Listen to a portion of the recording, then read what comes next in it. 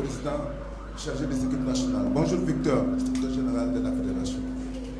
Coach, je ne vais pas vous poser de questions. Vous avez répondu presque à toutes les questions qui vous seront posées dans cette salle, puisque c'est la 3e participation du Sénégal à la Coupe du Monde. Mais plutôt des encouragements et des accompagnements pour avoir atteint les objectifs continentaux, nous vous souhaitons une bonne participation en vue d'atteindre nos ambitions mondiales. Je vous remercie. Merci beaucoup. Ça me fait chaud au cœur. Nous espérons être dignes justement des espoirs que vous posez sur nous. Et avec vos prières, Inch'Allah, on sera capable d'aller encore plus loin. Merci beaucoup. Merci. Merci. Thierno Diallo, Atlantic FM. Bonjour coach.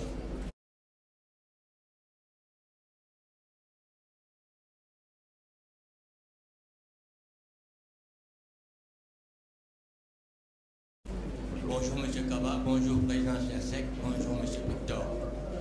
Bonjour coach. Ce n'est pas une question, mais c'est une information que je tiens à vous rappeler. Que les Pays-Bas dont nous jouons aujourd'hui notre premier match est une équipe spécialiste du 3-5-2.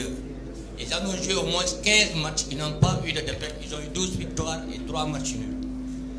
J'aimerais savoir où en êtes-vous pour pouvoir contrer ce système de jeu qui fait le bonheur des Hollandais. Vous rappelez, les Hollandais ont 75% de possession de balles avec ce système-là. Êtes-vous prêts maintenant à réaliser le vœu le plus cher des Sénégalais, c'est-à-dire de battre la Hollande avec une contradiction de leur système? La deuxième chose, c'est que je vous félicite et vous rappelle que vous êtes champion d'Afrique. Que le Sénégal ne rencontre pas 64 équipes, mais 7 équipes pour gagner la Coupe du Monde. Merci. Merci beaucoup. Merci beaucoup. Je crois que la Hollande n'est plus à présenter. Vous l'avez dit, c'est une grosse équipe, c'est une grande équipe, c'est une équipe, je dirais même une équipe qui n'a pas de faille. Voilà, une équipe forte individuellement, une équipe forte collectivement, il n'y a rien à dire là-dessus. Maintenant, nous sommes le Sénégal. Voilà, nous savons que quand on a un objectif et qu'on veut l'atteindre, il n'y a rien, absolument rien du tout qui peut nous empêcher de l'atteindre. C'est ce que je vous disais tout à l'heure. Je dirais que j'ai souhaité un groupe aguerri justement et disposé justement à répondre à ces défis d'envergure. Notre expérience, notre vécu aujourd'hui depuis pratiquement plusieurs années nous réconforte qu'on peut aussi tenir tête à des grandes équipes. Et comme je le dis, je suis mieux placé pour le savoir. Et j'espère qu'on aura la même chance qu'on a eu en 2002. Voilà, quand on arrivait, on jouait contre le champion d'Europe, on jouait contre le champion du monde. Mais ça ne nous a pas empêché de faire un résultat. Donc c'est à ces garçons-là, à nous tous, de se rappeler les ingrédients qu'on a mis. Et ces ingrédients seront importants face, pour moi, une des très belles équipes de ce monde-là. J'ai envie de dire que c'est une finale avant la lettre. Voilà, parce que la Hollande, effectivement, est une très bonne équipe. Mais comme je vous l'ai dit, depuis quelques années, nous sommes le Sénégal et nous faisons des choses qui peuvent nous donner un peu plus de confiance et aborder justement ces matchs-là avec beaucoup de sérénité. Merci. À présent, Babacar Fall, RFM. Vous, le micro, s'il vous plaît. Babacar, ça me fait plaisir de te voir. C'est la première fois que tu viens depuis longtemps. Tu viens seulement que les grands rendez-vous, toi. N'est-ce pas? À part qu'il n'y a pas de Fall sur ta liste. Alors, la première question, c'est finalement pour Saliou Ciss, le meilleur latéral gauche de la dernière CAN, qui n'est pas dans votre liste. Deuxième question, votre contrat, les termes vous satisfont? Est-ce que, entre-temps, vous avez eu d'autres propositions de club ou de sélection? Merci. Merci, Babacar. Oui, Saliou Ciss. Depuis 7 ans que je suis là, j'ai des décisions douloureuses, des décisions difficiles que je dois prendre. Le cas de Saliou en fait partie. Mais vous savez, aujourd'hui, l'équipe nationale du Sénégal aussi a atteint un certain niveau qui fait que nous devons être très attentifs sur les critères de nos sélections. Aujourd'hui, il est difficile de sélectionner un joueur qui n'a pas de club. Je sais que sa situation est difficile, mais depuis le départ, en fait, on est avec lui. Je n'ai aucun doute qu'il reviendra dans cette sélection-là quand sa situation se réglera. Mais il est très important aujourd'hui d'envoyer un signal fort à tous les autres joueurs aussi, sénégalais, que pour venir dans cette équipe nationale-là, il y a quand même des critères à remplir. Et ces critères-là, en réalité, en premier, c'est d'abord avoir un club. Et ça, c'est pour le respect, justement, et le professionnalisme, le respect que nous avons pour Saliou, et surtout le respect que nous avons pour l'institution qu'est la Fédération sénégalaise de football, qu'un joueur qui n'a pas de club ne peut être sélectionné nulle part dans cette institution-là. Voilà. Maintenant, la deuxième question, c'est le contrat. Je pense que ma nature, elle n'est pas sur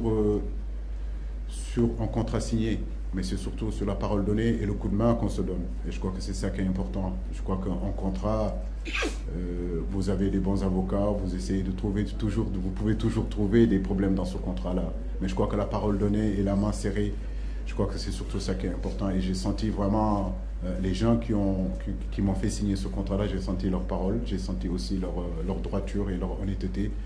À partir de là, il n'y a pas à vérifier quoi que ce soit. Je pense que la parole donnée est beaucoup plus importante qu'un contrat signé. Merci. Oui, bien sûr, parce que quand vous êtes aujourd'hui sélectionneur, c'est comme joueur.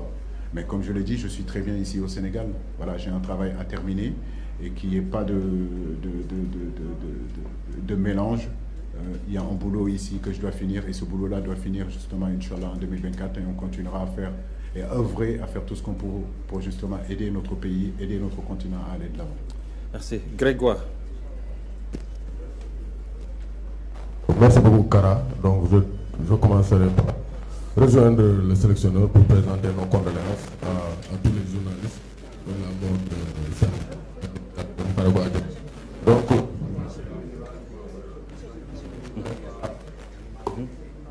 allez-y. Voilà, je ne vais pas me présenter sur la liste, mais tout le monde parle des Pays-Bas. Mais rappelons-nous en 2018, par exemple, la Pologne qui était. Grégoire, watch le micro. Voilà. Bàyyi le micro. Grégoire, base bi dafa bëri quoi waxal sànq. Génn ci baat bi. waaw.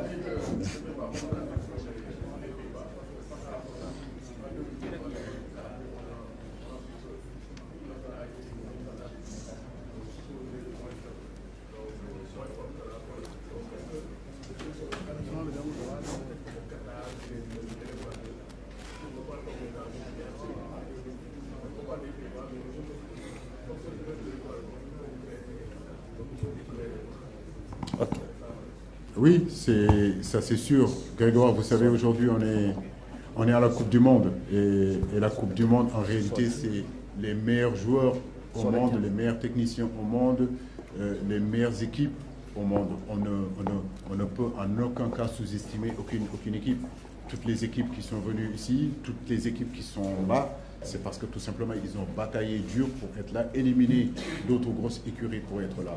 Et puis, nous, on n'a pas non plus cette manque d'humilité, cette prétention de ne pas choisir, de ne pas respecter nos adversaires. Et ça, tu le sais, tu nous suis depuis des années. La meilleure façon dont nous devons préparer nos matchs, c'est ce qu'on va faire, que ce soit une grosse équipe, une soi-disant grosse équipe ou bien une petite équipe. Nous, tous les matchs sont importants. Mon staff et moi, les joueurs, tous, on est aujourd'hui prêts à respecter ces trois équipes-là. Mais comme je l'ai dit, on ira là-bas sans complexe d'infériorité. Notre expérience, notre vécu aussi nous donne des armes à faire valoir. C'est à nous d'avoir confiance en nous. Mais crois-moi, que ce soit la Hollande, que ce soit le Qatar, que ce soit l'Équateur, c'est très compliqué à les manœuvrer, mais nous sommes le Sénégal et nous sommes capables aussi de passer. Merci. Soda Thiam. Bonjour coach et bonjour à tous. Coach, vous allez aborder cette Coupe du Monde Qatar 2022 avec 18 joueurs nommés, c'est-à-dire 18 joueurs qui vont participer pour la première fois à une Coupe du Monde. Et vous y allez avec 8 joueurs seulement qui étaient là en 2018. Comment est-ce que vous comptez gérer le groupe? Et est-ce que aussi, tout à l'heure vous l'avez dit, vous avez retenu des leçons concernant la dernière participation du Sénégal à travers donc les avertissements, les cartons jaunes. Est-ce que vous avez conscientisé les joueurs sur cela également? Merci. Écoutez, je ne peux pas retenir mes joueurs. Moi, je pense que mes joueurs doivent jouer libérés, sans pour autant penser au carton, etc. C'est très pertinent ce que tu dis, je l'ai dit aussi. J'ai dit que certains sont expérimentés, d'autres le sont moins, mais en réalité, c'est tous des compétiteurs de haut niveau pouvant justement faire face à ces défis d'envergure. Maintenant, comme je vous le dis, depuis 2015, je suis à la tête de cette équipe nationale. En 2012, on était aux Jeux Olympiques. C'est la base de cette équipe-là. En 2015, je suis parti avec eux. Mais si vous regardez de 2015 à 2019, l'équipe, bien sûr, a évolué, a très bien évolué. De 2019 à 2022, l'équipe a pu aussi s'est améliorée. Bien sûr, c'est ça le football. L'équipe nationale, c'est une porte d'entrée, c'est une porte de sortie. C'est des joueurs qui doivent arriver, c'est des joueurs qui doivent aussi assurer leur place au sein de cette tanière. La blessure de Bonassar, je n'y peux rien. Un garçon comme Saliou, sa situation aussi, je n'y peux pas grand-chose. Bien sûr que c'est des garçons que j'aurais bien aimé amener et rester dans ce constance-là, dans cet équilibre-là. Mais tant bien que mal, on a essayé quand même de rester dans cette constance et cet équilibre-là. Merci. Et on prend la toute dernière question en français. Oui, monsieur. C'est le nom? Bakary. Bakary Cissé. Oui. Bakary Cissé, oui. Bonjour. Oui, allez-y, Bakary. Oui, Bakary, allez-y. Coach. Le micro. Je tiens tout à l'heure à faire un peu de calcul par rapport à votre liste. Et j'ai constaté que vous avez gardé 96% de l'ossature qui était à la Coupe du Monde, à la Coupe d'Afrique plutôt, avec des certitudes et des acquis. Aujourd'hui, que l'équipe du Sénégal ne joue pas de match amical avant le début de la compétition, n'êtes-vous pas inquiet de subir des perturbations dans votre organisation si on sait qu'il y a beaucoup de joueurs qui ont subi ça et là des petits coups dernièrement? Je veux parler de Abdou Diallo, Kalidou Koulibaly, et surtout Sadio Mané. Merci. Ma deuxième question, s'il vous plaît, est relative à votre...